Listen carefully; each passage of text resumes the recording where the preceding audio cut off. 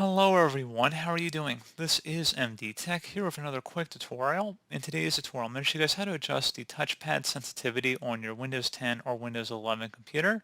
So this should hopefully be a pretty straightforward process here, guys. And without further ado, let's go ahead and jump straight into it. So all you have to do is open up the search menu and type in settings. Best match should come back with settings, so go ahead and open that up.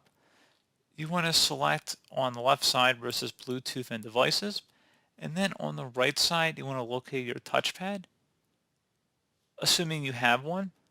So it would say Bluetooth perhaps, or it would say underneath devices. If you clicked on that, you would find it in here.